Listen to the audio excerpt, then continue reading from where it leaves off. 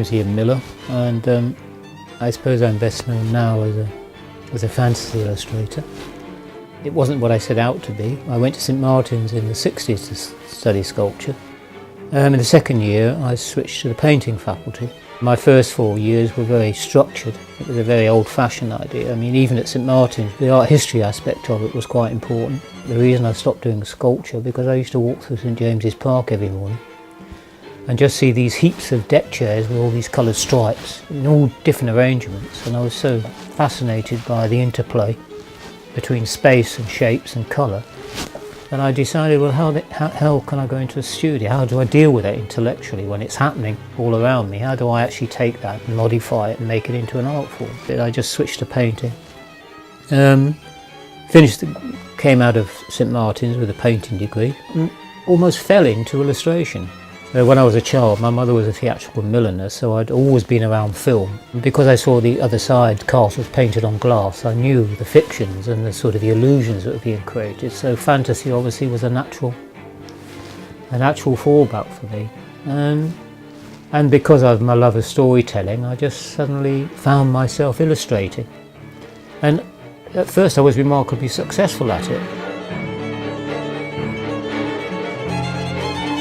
I had an exhibition at the Greenwich Theatre Gallery, and I just, after I left, I just basically locked myself away in my parents' garage for about 6 months and just drew. And then I was coming back to London intermittently, and he saw it and he said, well, you want an exhibition of all your stuff. So everything I put on in my show was just very tight black and white drawing.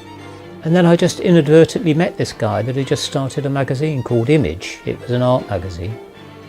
And he just said, well, why don't you do something for me? So I just went away and created a little set of 8 drawings called the Quest of the Pequod.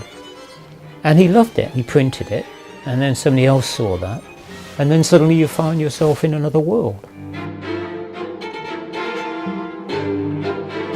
I think one of the best experiences was working for Games Workshop, and that just happened. But they just gave me a brief and let me go. There was absolutely no sort of restriction on me whatsoever. Well, I mean, within reason, of course. And it worked beautifully.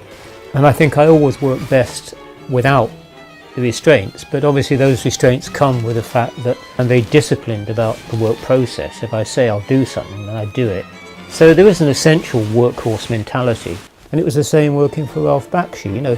He again let me go. He just put me in a room with a Woody Woodpecker desk and said, do it. And they just took everything I did, because I'd be sitting there with this, fine art thing, that's shit, put it in the bin, and then they'd come in and say, you can't throw it in the bin, it's shit to you, but we can use it. And I learned quite late on not to, rip things up, because what looks like absolute garbage, 6 months on you look at it and think, yeah, I can see something there.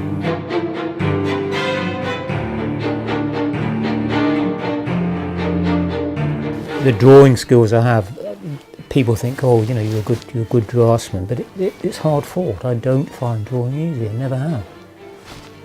The ideas, you can flow free fall with those, but just actually to get those ideas down in a way which is acceptable. I've got a brain, I suppose, like a electric cable that's not connected, so the spark connects, and then it comes unstuck, and then it flashes around a bit, and then it finds the point again, and off I go again. A lot of things are not a conscious process, they just continue, they just happen.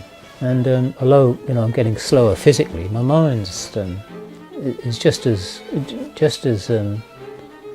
in fact I'm often told off for not finishing sentences because I'm halfway through something and I'm thinking about something else. One of the banes of modern society, everybody has to justify and find reason for everything they do. Why am I doing this? Should I do this? Rather than sometimes just doing it.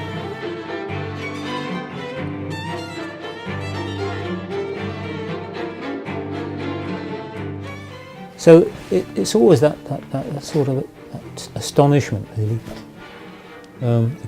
Never cease to be amazed by what people do creatively. And I think as long as I'm in awe of the creative process and what people are doing around me, and there's some astonishing things happening now, then, that's as good as it gets, really. If I could explain it, then I probably wouldn't do it.